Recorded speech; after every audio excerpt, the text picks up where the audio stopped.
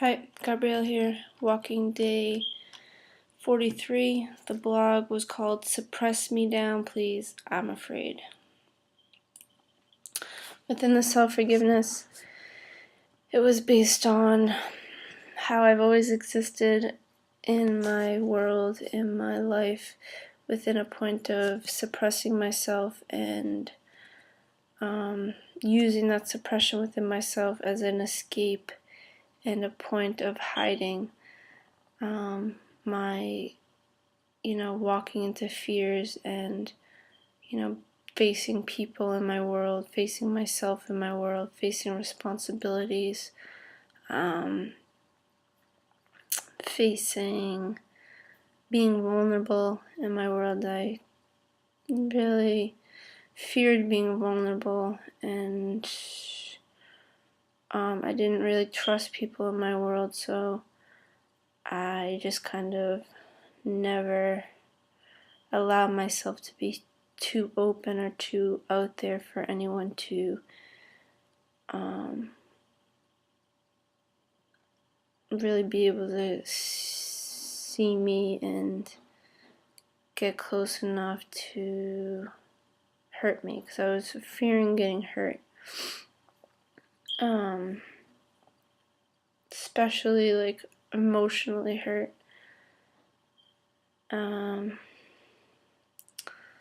So suppression was a tool for me that I used as a mind, as ego, to keep my little world, my bubble world, in place and relatively stable within myself, but all the while within that so-called stability, within that, hiding and suppression, I existed in a point of depression because I obviously didn't enjoy suppressing myself all the time and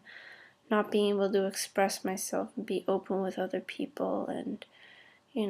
enjoy other people and have fun with kids and, I obviously had friends and stuff like that. I'm not trying to say that I was just this hermit that did nothing all the time, but subtly I would suppress myself with people and, with my friends that I grew up with, I would go into the opposite, compensating for that suppression that I felt within myself. I'd go into the superiority and try to be the best. I was a tomboy when I was younger, so athletics was a big part of my life. So we'd gather up all the neighborhood kids, and I would be I would push myself so much to compete with the boys and be able to play with the boys and win with the boys, be a winner with the boys. And I would play into that whole role. I'd be this, not so much a bully, but I kind of was a bully. Yeah, just like this superior person, and I thought I was cool and defining myself so much by outside sources, outside people, and outside things, never being comfortable with myself, because within myself I was just extremely unstable. Disallowing points within my world that happened to me just direct me completely, and not being able to define myself outside of these events, and just totally accepting the event and accepting the way I perceive the event of myself as weak, and others were out there to get me, and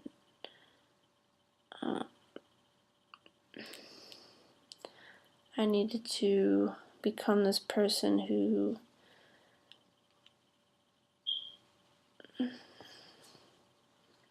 needed to shield herself and protect herself, so I use the suppression as a protection, as well as the point of escaping facing people, because I didn't like facing people. I was shy anyway, so, you know, going up to people and talking to them and facing them and in conflict and stuff, you know, I would just not even go there. I'd just, you know, do whatever I had to do to just get away from the point and use the suppression as a tool to stop having to face myself. So, and also allowing the fear to direct me, fear to face who I am here, what I've existed as, and fear of facing people, and fear of being hurt, and things like that. So fear was a big point to suppressing myself, allowing the fear to take over and direct me, and then go into suppression to, you know, kind of have some kind of relief from the fear, and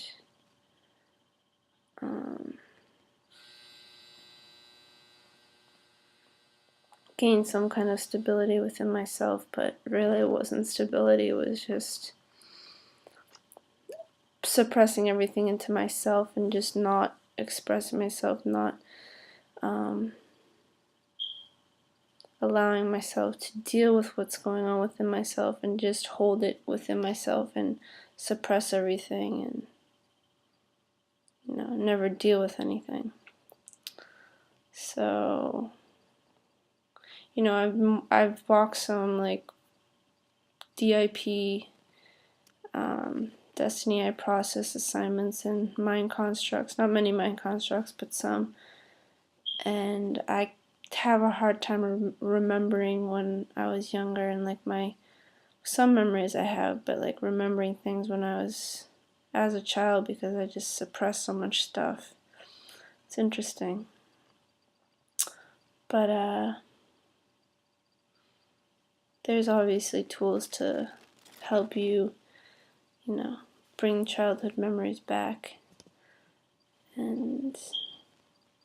you know, those tools that are in the DIP and people have shared with me have helped me to gain back who I was in the past, so I can work with that and change myself here, see the patterns and such. So I realized within the forgiveness that the suppression was just another point of, you know, hiding, escaping myself, not wanting to face myself, and wanting to use self-sabotage, just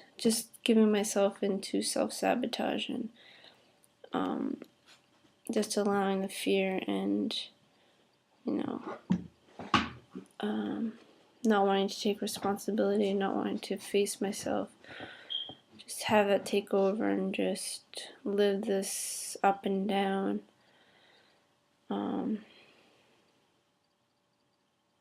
very unstable life. I had stability within my family, so that helped, and I always had a group of support within my family, so, you know, I did have good support around me, and you know, overall childhood friends and friends growing up.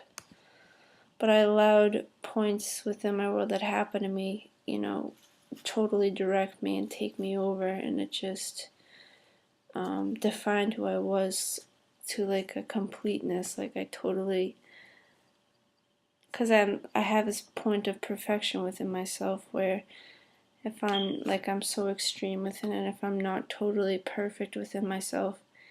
and have any point that is not this perfect point, that or perfect, you know, idea of myself, then I go into the opposite, and I, you know, live out the not perfection point. And, you know, if people, obviously things are going to happen in life, and I kind of took those events to the extreme and allowed it to completely define me within like an extreme polarity. And so, within the self-forgiveness and within this process that I'm walking, it's a point of stopping being so extreme, stopping the emotions to be so polarizing within myself, and equalize myself with breath and physical participation, physical living, physical moving, ground myself within what is real, what is actually happening here, and get out of my head from, being so into how I'm being perceived and how I'm perceiving myself and defining myself by others. Just bring everything back to myself and stabilize myself and work with myself here to stop the energies and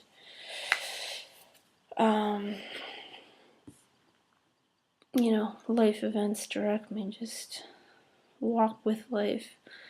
equalize myself, stabilize myself, and thus my world will become more stable, and I'll become more able to direct myself in understanding and actual self-perfection within my living. So changing from being in my mind, obviously, to being here in breath and perfecting my living, instead of trying to live out this idea of perfection in my head. So it's a refocus and a realignment to energy, from energy to physical. What is real? What is here? Alright, that's it for tonight. Thanks for listening.